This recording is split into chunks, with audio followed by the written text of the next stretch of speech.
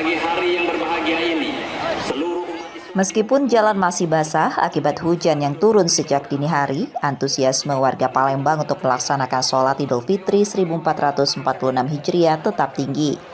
Ribuan jemaah memadati kawasan Jembatan Ampera dengan pusat ibadah di Masjid Agung Palembang. Sejak pukul 6.30 waktu Indonesia Barat, warga mulai berdatangan dan memenuhi area sekitar. Sholat Id dimulai sekitar pukul 7.30 waktu Indonesia Barat dalam suasana khidmat di bawah langit mendung. Beberapa jemaah mengaku sengaja membawa keluarga untuk merasakan kemeriahan hari raya di lokasi ikonik ini.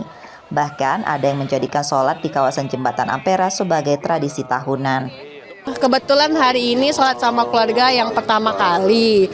Kita ke Masjid Agung memang sengaja dari rumah karena pengen lihat momentum keramaian di luar Masjid Agung dan backgroundnya Jembatan Ampera.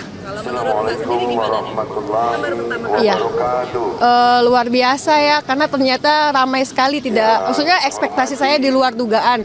Dikirain tidak terlalu ramai karena hari ini kan memang cuacanya hujan. Dan ternyata pas di lokasi cuacanya mendukung dan memang jemaah-jemaah kita juga antusias untuk sholat di sini. Sholat Id kali ini juga diikuti jajaran pemerintah Provinsi Sumatera Selatan dan Kota Palembang. Gubernur Sumsel, Herman Deru menyebut, momen ini terasa spesial karena menjadi sholat Id pertamanya di periode kedua kepemimpinannya. Ini tentu merasakan kebahagiaan tersendiri, bisa kembali bersama-sama dengan masyarakat, berkumpul, para ulama, umaro dan umat menjadi satu di Masjid Agung ini merayakan Hari Raya Idul Fitri. Dan tentu kita sangat berbahagia karena Idul Fitri 1446 Hijriah ini kita laksanakan bersama-sama, baik ormas Islam yang besar-besar seperti Nahdlatul Ulama, Muhammadiyah.